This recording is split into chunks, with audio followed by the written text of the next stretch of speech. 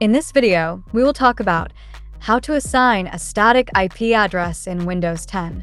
Right-click on bottom right corner on network icon in the taskbar.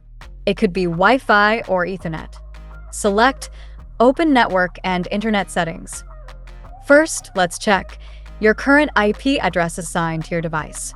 Click on Properties and scroll it down. Here you can see your IPv4 address.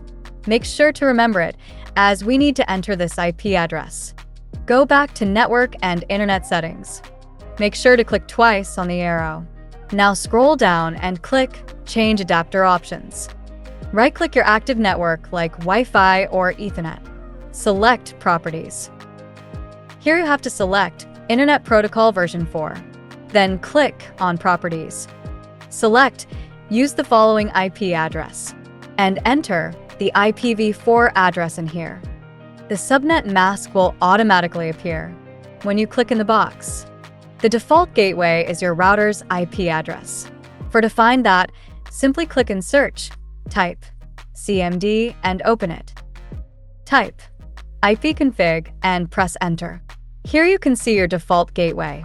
You need to enter this in Default Gateway. Now select Use the following DNS server addresses.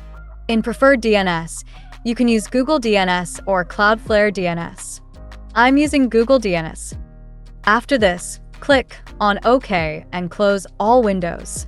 So that's how you can assign a static IP address in Windows 10. See you in the next video.